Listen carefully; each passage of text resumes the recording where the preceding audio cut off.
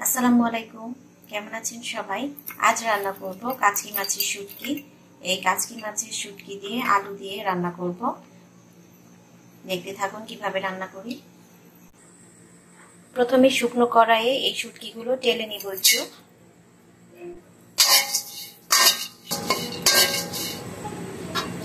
এই তো শুটকি টানা হয়ে গেছে। একদম কম আঁচে এভাবে ডালতে হবে আস্তে আস্তে। এখন আমি এই শুটকিগুলো ভালো করে ধুয়ে নিব, অনেকবার ধুব। এবার নামিয়ে নিচ্ছি।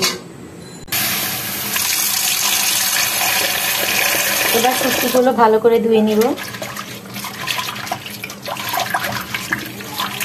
এভাবে নেড়ে চেড়ে আস্তে আস্তে শুটকি ধুতে হবে। এই যে ভালো করে শুটকি ধুয়ে নিয়েছি। কড়াইয়ে তেল গরম হয়ে গেছে, এবার দিচ্ছি পেঁয়াজ কুচি। এখানে রসুন কুচি, কাঁচামরিচ ফালি করে কাটা দিয়ে দিলাম।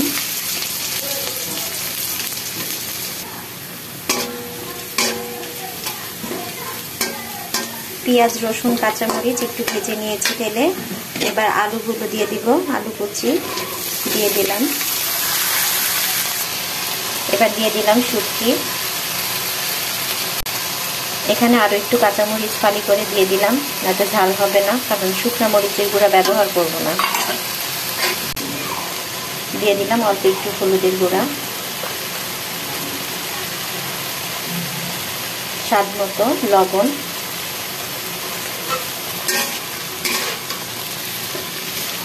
নেড়ে চেড়ে ঢেকে দিব। আস্তে আস্তে এটা হবে। চুলার আঁচও কমিয়ে দিয়েছি। এটার সাথে এই সামান্য পানিটুকুই আছে, আর পানি দিব না।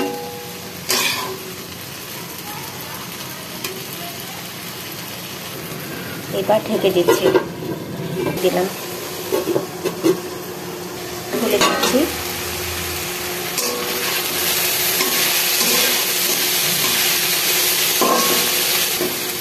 আলু সিদ্ধ হয়ে গেছে, এখন নামিয়ে নিব। এই তো কাচকি শুটকি হয়ে গেছে আলু দিয়ে।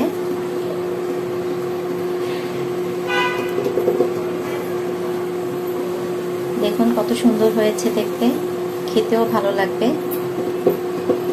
সবাই ভালো থাকবেন। আল্লাহ হাফেজ।